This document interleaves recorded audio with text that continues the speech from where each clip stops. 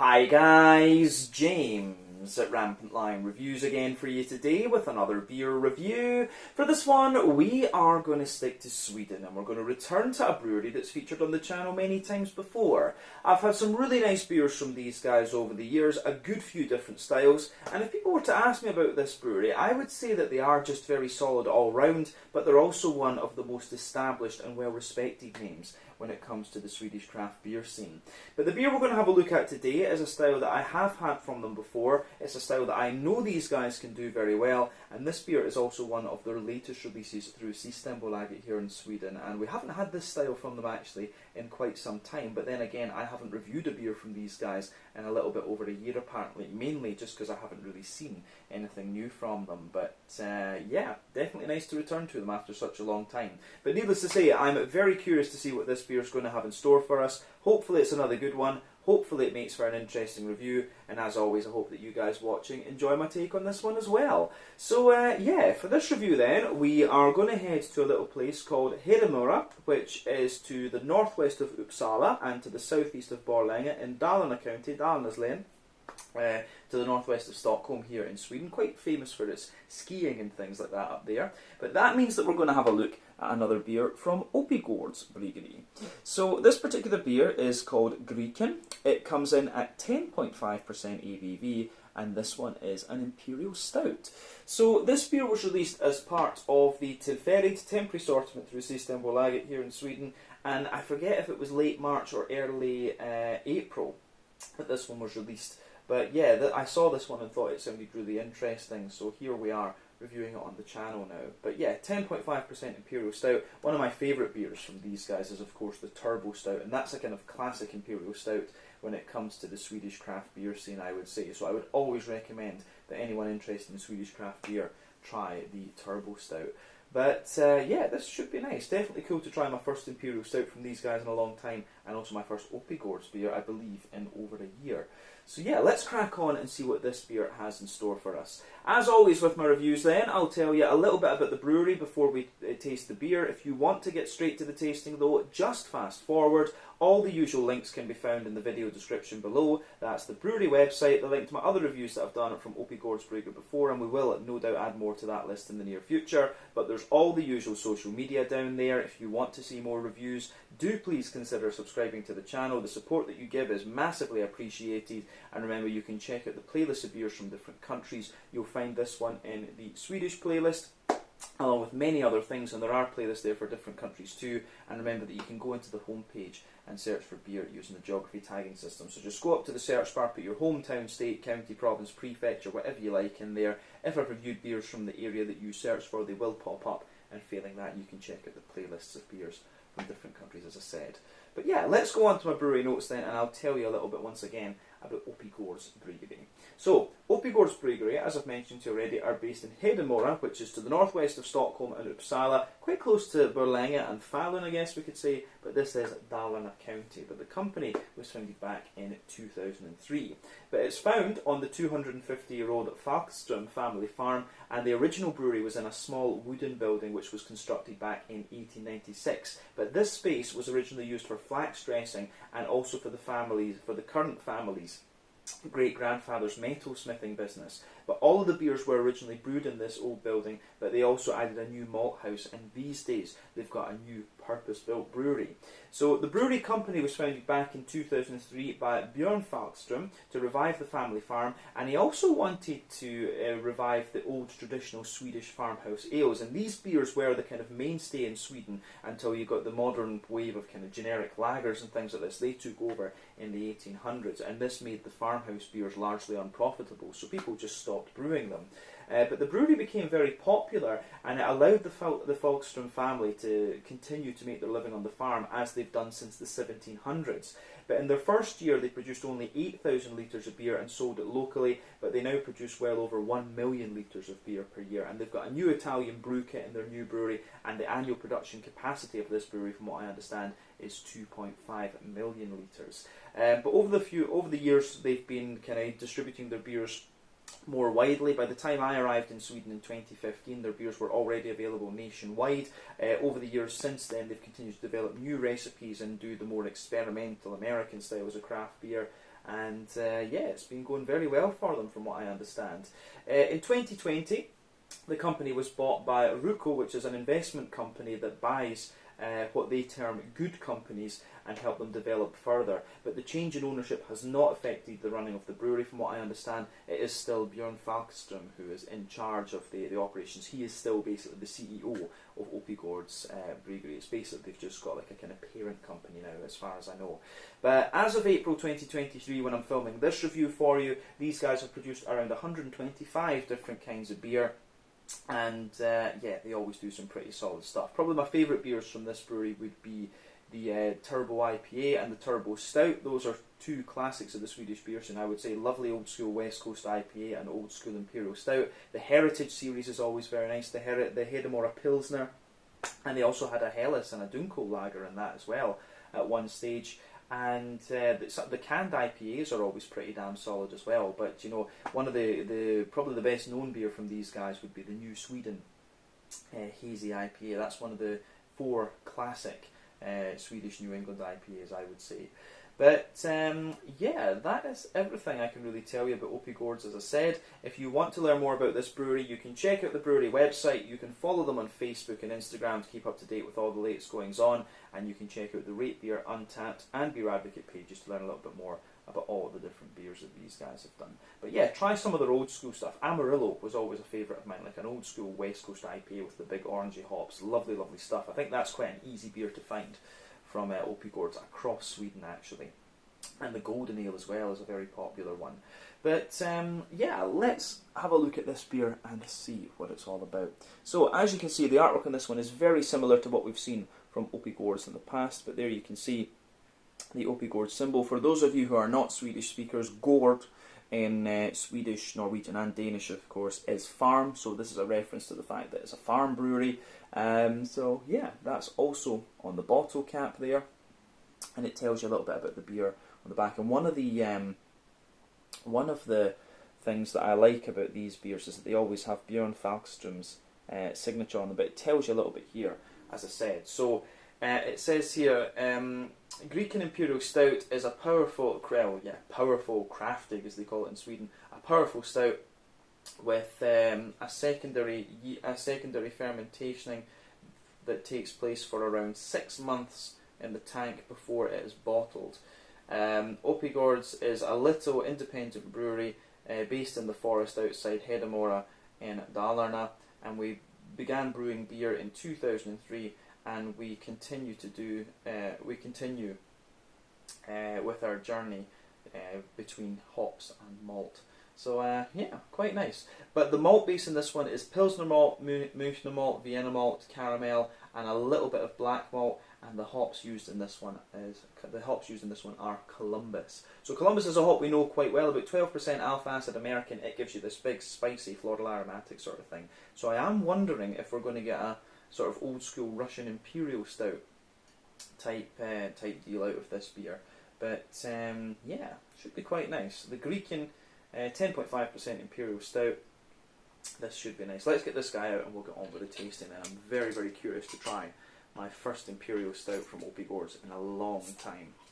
So, not much in the way of smoke when we open this one up, but let's get it out into the glass and see what it's all about.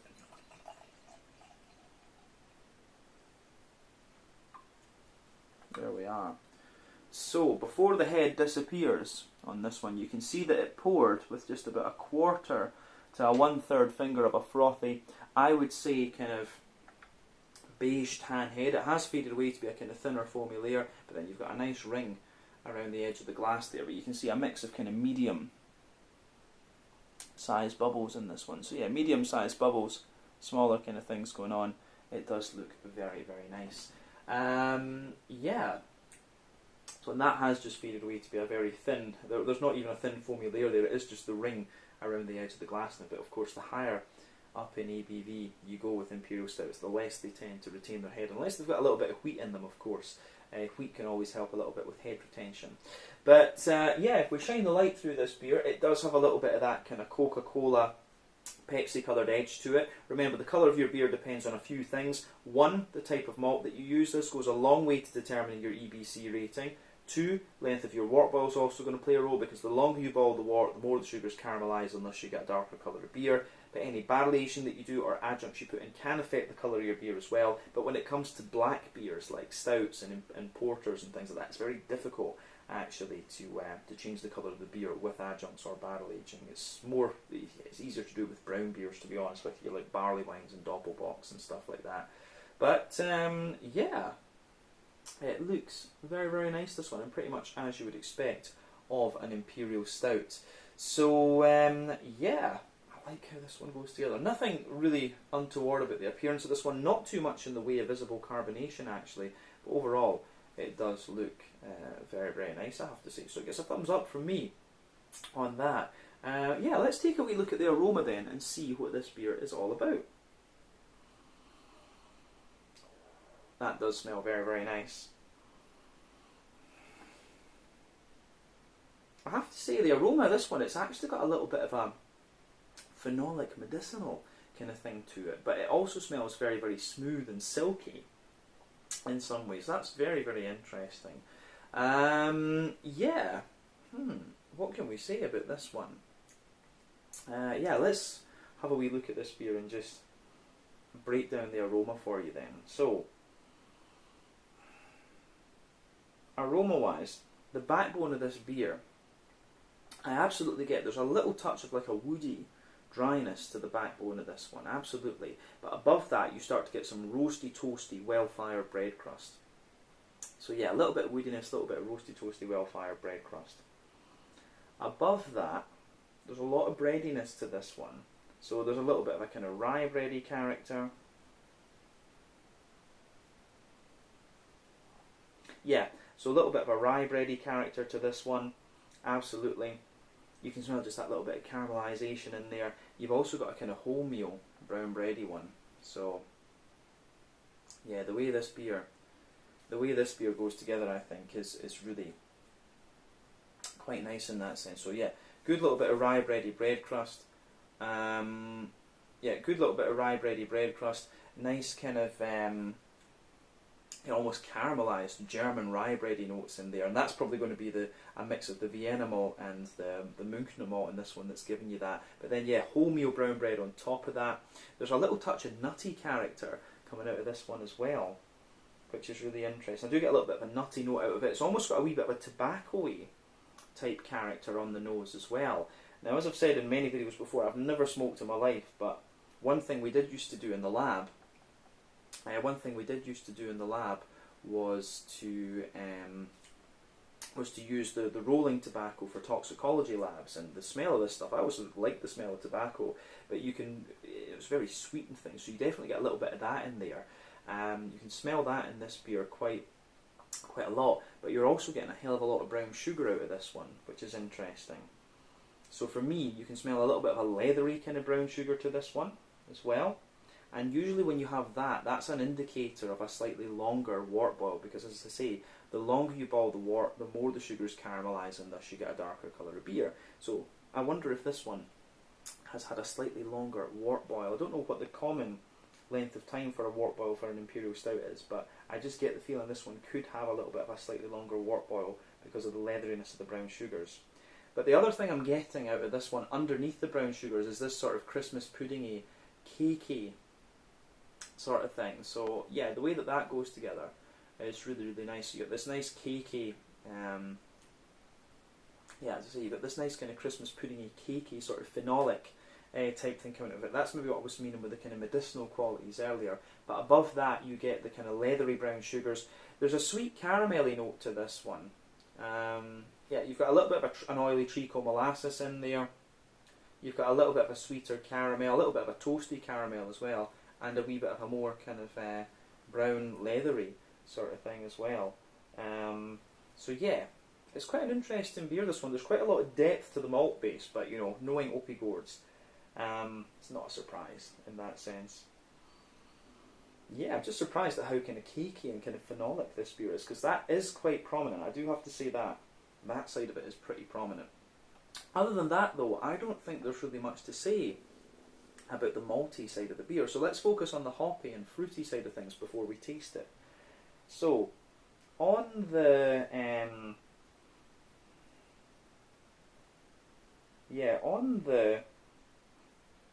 pardon me, on the hoppy side of things, there is a little bit of earthiness to this one, and obviously the longer you keep this beer, the more the hoppy character is going to drop out of it. We're probably drinking this one a little bit fresh, to be honest with you.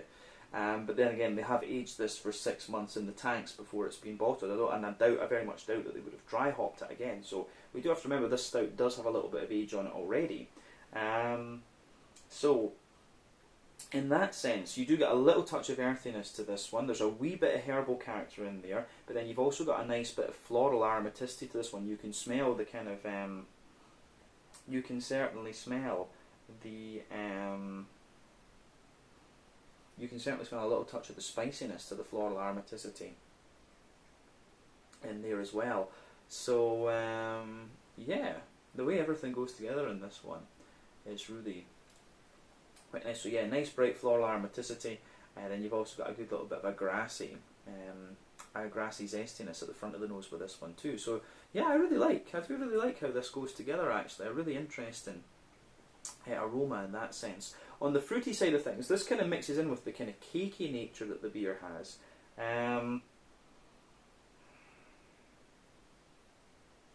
Yeah, the cakey side of the beer for me, it's quite the cakey side of this beer gives you that sort of phenolic, Christmas puddingy, dried fruity type note. But with this one, you do get a good little bit of like a plum and prune. I don't get the raisiny sharpness. I definitely get a little bit of a more kind of sultana and figgy type quality as well.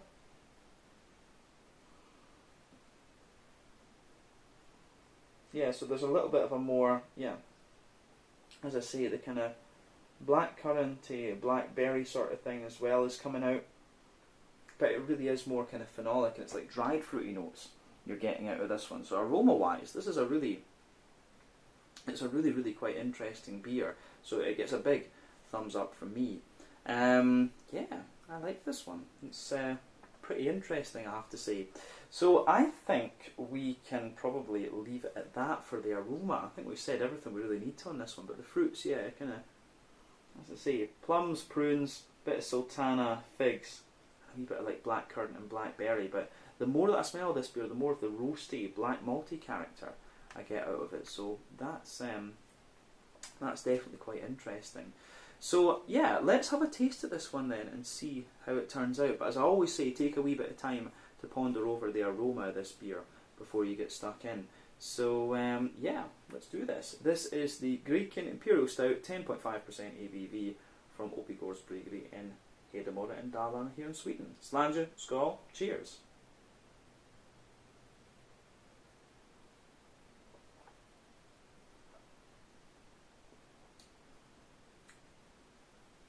Oh, that's quite interesting. I'm going to say straight away, when you take this beer in, it has actually got a little bit of a kind of sharpness to it. It's got like a little bit of a fruity kind of sharpness.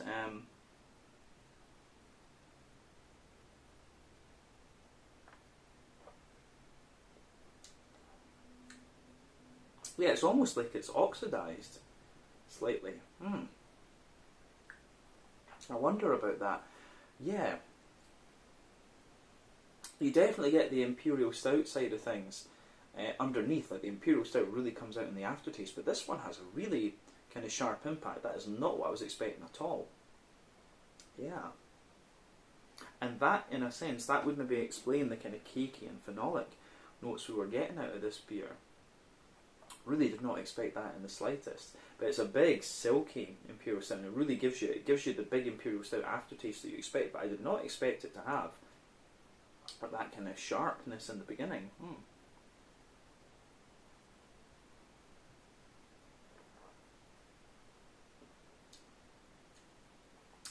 It actually reminds me one of the beers that we had on tap in the pub I work in.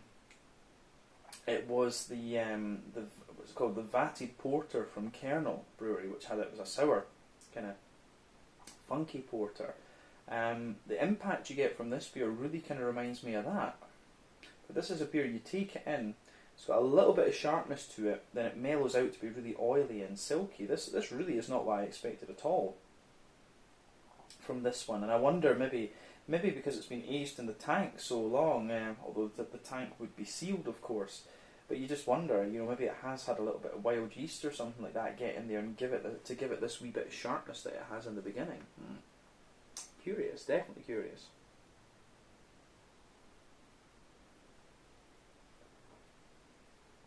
As I say, very different from it's very, very different from the Turbo Stout, which is a big old school roasty toasty Russian Imperial Stout. This one's very smooth actually, and it just gives you more and more dryness the further into the aftertaste that you go. But yeah, let's look at this then. The middle third of your palate. We can see the backbone of the beer, as the flavour develops, you can feel a little bit of that roasty, toasty, well-fired bread crust coming out of this one. But it's quite smooth actually. They do say on the bottle that they only used a little bit. They do say on the bottle that they only used like a little bit of black malt. So you can feel that there. So yeah, roasty, toasty, little bit of black malt in there. On top of that, you've got a more wholemeal, not wholemeal, I'd say you've got a little bit of a rye bready bread crust in there as well. But further forward as you move toward the front of that, middle third of your palate, you get a little bit of woodiness coming out at the base of the beer as well.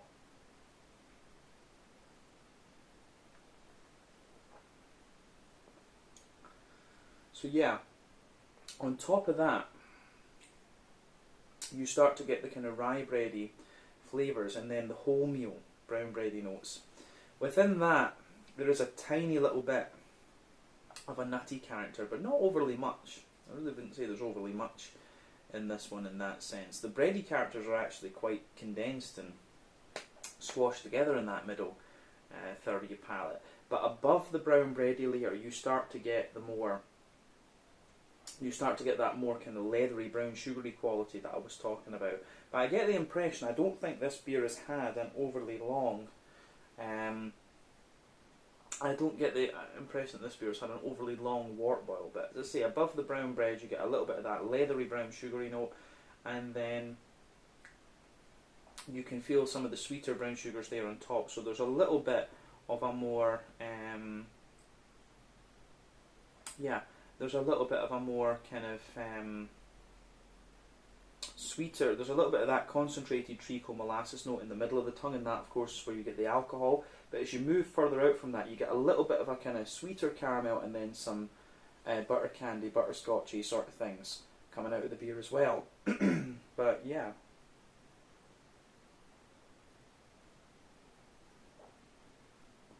And then of course, and then you have a little bit more of a,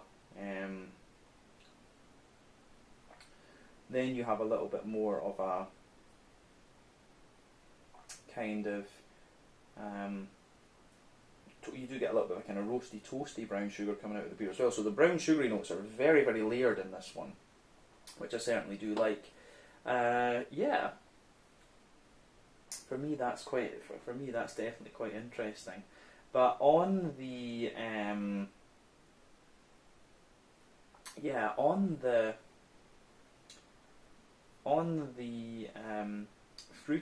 fruity, or on the I think on the middle third of the palate, brain isn't working. On the middle third of the palate, I think that's everything we can really say about this one. But you get more and more kind of woody character out of this beer the further into the aftertaste that you go. But on the back third of the palate, then the border region between middle and back third of the palate, you get a nice little bit of kind of bready build up there.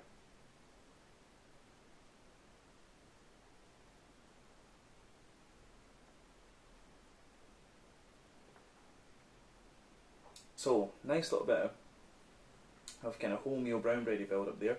The base of the back third of your palate, the base of that back third of your palate. There's a little bit of the dry woody character in there, a nice little bit of you get the roast, you get the little bit of woodiness there, the roasty bread crust. As I've always said, more dry and bitter flavours come out further back on the palate, so you're definitely getting that here. Above that, you get a little bit of the rye bread crust, and then the rye bready layer, then the wholemeal brown bread, and you can feel those layers are a little bit taller and a little bit more airy, definitely.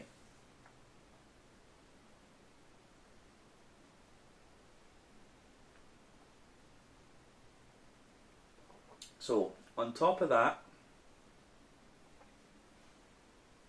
on top of all of that, you have, I would say, you get a little bit more. You do get a little bit of an almost dry bread crusty character on top of that again, and then you get the kind of yeasty elements out of this beer. So the yeasty note that kind of sits on top of the yeasty note that kind of sits on top of all the back third of the palate, you can feel it's got that little bit of a more, how would we say, you've got a little bit of that more kind of light, airy, farmhousey brown bread. There's a little bit of honeycomb in there, but you're also getting a wee bit of this just kind of like wild, red, fruity kind of note to this one. I really do wonder if this beer has had a little bit of like wild yeast or something get into it. That's it, because I very much doubt that it's meant to. I very much doubt that this beer is meant to have that kind of sharpness and almost that kind of sharpness and things that it does have. I think there's a wee bit of a wild yeast has got into this one, like a wee bit of an infection or something like that. I wouldn't be surprised. Yeah, and that's very unusual for Oppigårds, I would say.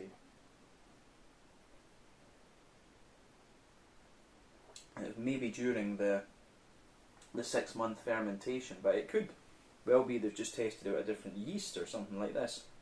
I really don't know what the intention with this beer was actually, but it does have just a little bit of that wild kind of edge to it, which is interesting. But definitely on the back third of the palate, you can feel the flavour is taller. Then as you come further forward into the middle third of the palate, it just kind of condenses down and squashes together.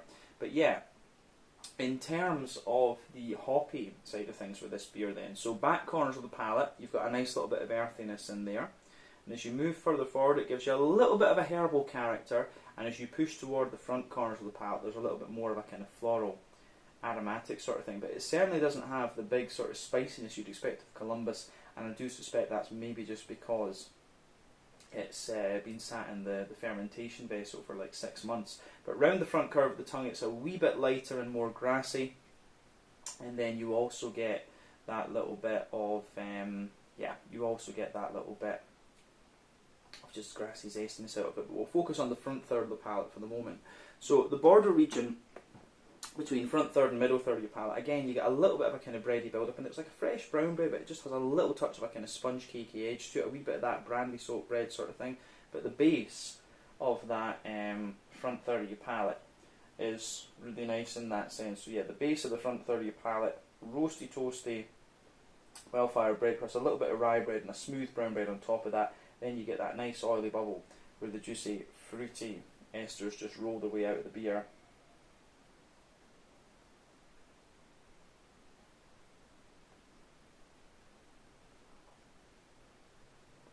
So yeah, the way that this beer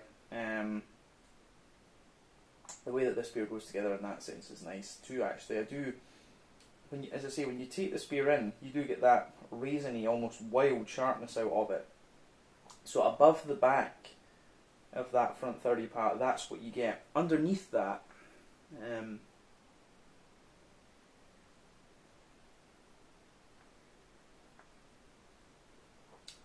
underneath that, you do start to get some kind of juicy plums and things like that. There's a little bit of sultana and stuff in the base of the back third of that front third of your palate. But as you move further forward, you get a little bit more of a kind of juicy figgy note coming out of it. There's a little bit of blackcurrant in there and a little bit of blackberry.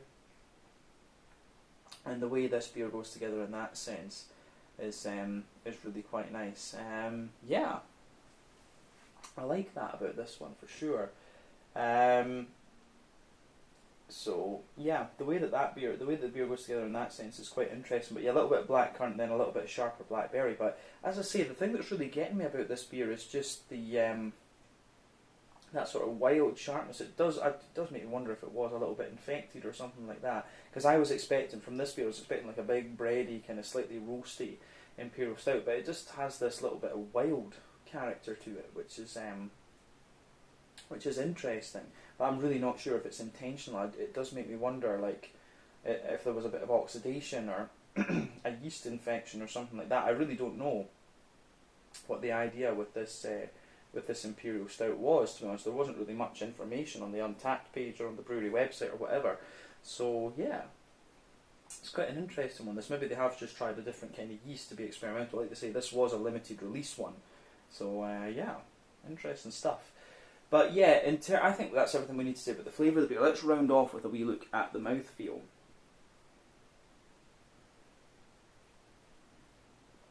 So yeah, for me, the mouthfeel in this one is it has a little bit more. It's kind of, I would say that it's kind of top end and mid bodied. The carbonation is very smooth. It has a little bit of an oily character, a little bit of silkiness to it for sure. And then, yeah, you get more and more dryness out of the beer as it goes on. But yeah, top end and mid-bodied, smooth carbonation, a little bit oily and silky. In terms of IBUs, you get more and more IBU out of this beer the further into the aftertaste you go. I'd be tempted to say 60 or 70 IBUs for this one, but you could easily conflate the IBUs with the dryness. Not much of it's coming from the hops. I think most of it's coming from the malt base and the dryness that it gives. Malt base, as we said, bit of roastiness, bit of dryness in there, a wee bit of sweetness. And you've also got the nice kind of oily, fruity characters coming out of the beer as well. But yeah, overall, I think this beer is really, really quite nice. But it just takes a wee bit of time to get used to the kind of wild things to it. And I honestly, when I know what Oppigårds beers are like, I do wonder if it's turned out as they expected. I do wonder if there's a little bit of an infection, or they've tried a wild yeast in here just to do something a little bit more funky. It really does have a bit of a kind of funky Imperial Stout type quality to it. It reminds me of the cherry Imperial Stout that I had from Burdock Brewery from Canada recently when I was in Japan. It reminds me of that, actually. So an interesting beer, this one, but definitely not what I expected from Oppigårds Bryggeri, I can say that for sure. But yeah, I think we can leave it at that for this one. This was the Grycken Imperial Stout at 10.5% ABV from Oppigårds Bryggeri in Hedemora, Dalarna here in Sweden. My first Oppigårds beer in quite a wee while, actually. So yeah, let's leave it at that for this one. Once again, thank you for watching my beer reviews. Until the next time, please like, subscribe, share, all the usual YouTube stuff. Let me know your own thoughts on this beer in the comments section below. Let me know what your favourite beers are from Oppigårds Bryggeri as well. And we will return to these guys again at some point in the very near future, I'm sure. It has been a long time though before this beer, but we'll see what we can do. Until the next time, check out my social media, check out theirs, and I will see you guys in the next review. Sláinte, skål, and cheers.